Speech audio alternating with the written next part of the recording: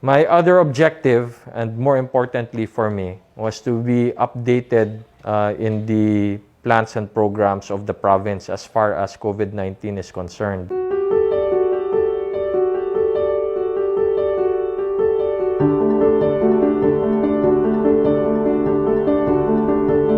In Lanao del Norte, we heavily rely on the leadership of our governor, Governor Angging Quibranza Dimaporo, and our municipal mayor. My role in the 1st district, my father's role in the 2nd district, is really just to be supportive in all of their endeavors. And we provided some funding to assist them, such as funding from the Department of Labor and Employment through the TUPAD program, or funding from the DSWD through the assistance to indigents under calamity. We've found ways to provide a budget that the LGU can tap. And based on the report that was given to me, it's been used very efficiently, and thousands have benefited from the program of the capital in partnership with the Congressional Representatives. The other reason that I wanted to come here is to find out what exactly has the province done and has the province experienced when it comes to COVID-19. I think the capital is doing a very good job under the leadership of Gov Angging. The IMT is very well established because of the Mindanao Civic Center and the old Kapatagan Hospital.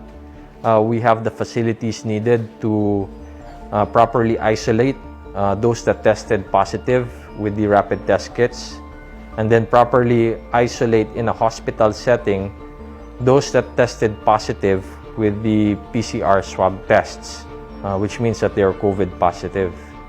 Lanao del Norte, I think, is in a good shape because of their hard work. Unfortunately, we have 61 to date COVID positives, and we are number 1 in Region 10.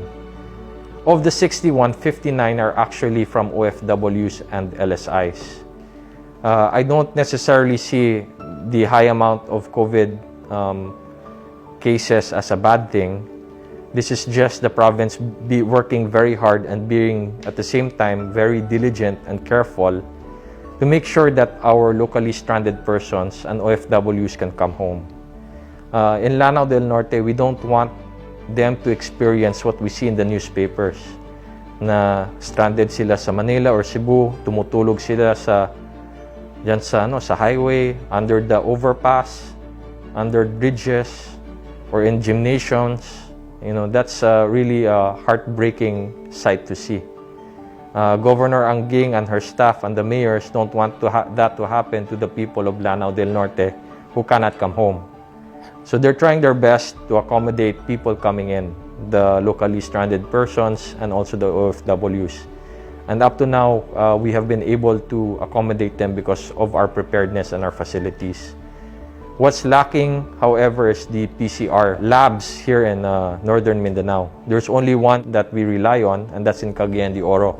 And because of the high influx of LSIs coming in Region 10, the wait time for a PCR swab has increased from 24 hours to 4 to 5 days. And without us knowing whether or not an LSI or OFW who tested positive in the rapid test kit is COVID positive, we cannot allow them to go home.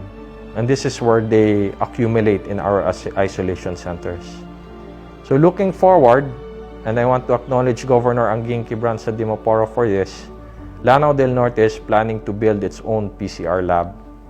We will be one of, if not one of, maybe the only LGU in northern Mindanao that has a PCR laboratory. There's 5 stages to it, and we have completed up to the 2nd stage. Hopefully within a few weeks, we'll complete up to the 3rd stage. And by August, we can have a functional and operational PCR lab. If we have this, then we can not only help our province, but the entire region in identifying who is and who is not COVID positive.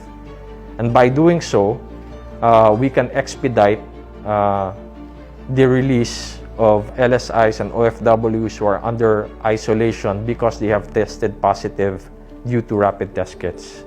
I think this is one thing that we can see in Lanao del Norte, where the leadership of our governor is moving the province and also assisting Northern Mindanao in the right direction in our fight against COVID-19.